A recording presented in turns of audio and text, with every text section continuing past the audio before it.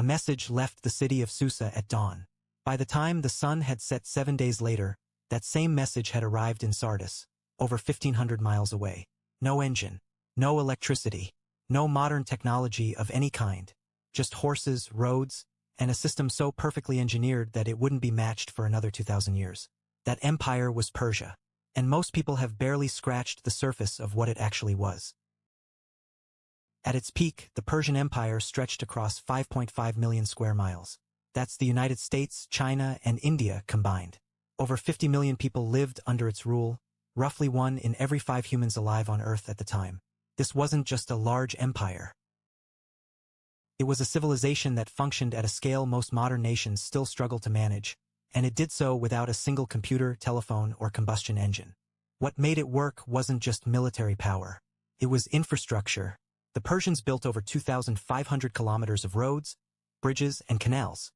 A network called the Royal Road, constructed in just 10 years using a workforce of over 100,000 laborers.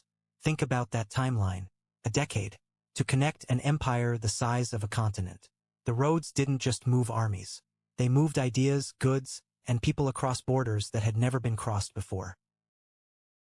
Those roads needed a nervous system, so the Persians built one. Cyrus the Great established the Chuparkhana, a relay postal network of messengers and stations positioned across the empire. A rider would gallop to the next station, hand off the message, and a fresh horse and rider would continue. The result was communication at a speed that felt almost supernatural to the ancient world. 7 to 10 days Susa to Sardis. Reliable, consistent, revolutionary. Here's what makes that even more remarkable. The empire wasn't a single culture forcing one language or one religion onto everyone beneath it. It was a mosaic. Persians, Medes, Babylonians, Egyptians, dozens of ethnic groups living under one administration. And rather than erasing those differences, Persian rulers largely allowed their subjects to keep their own customs, languages, and traditions. Cultural tolerance at that scale in 500 BCE was genuinely without precedent. That tolerance had a quiet but powerful consequence. When cultures mix freely, knowledge travels.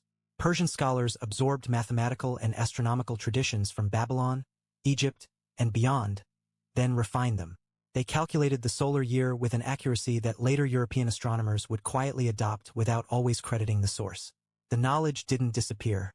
It migrated, transformed, and resurfaced centuries later in different hands.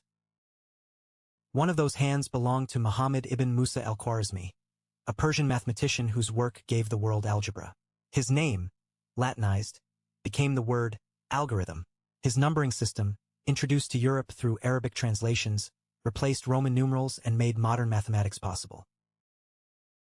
Every time you use a calculator, follow a GPS route, or run a search online, you are, in a very direct line, using tools built on Persian intellectual foundations. Now here's the part that reframes everything.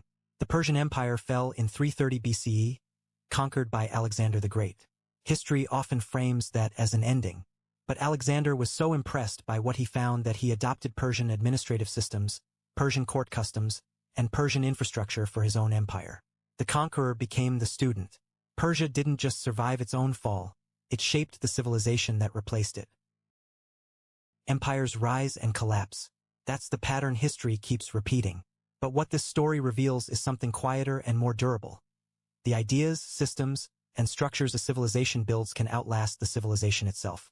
The roads, the postal routes, the algebra, the tolerance, these didn't vanish with the empire. They became the foundation other worlds were built upon. That's not a history lesson. That's a blueprint.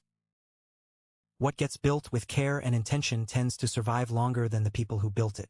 Subscribe to factstormhub. We tell stories like this every day. Full article on factstormhub.com.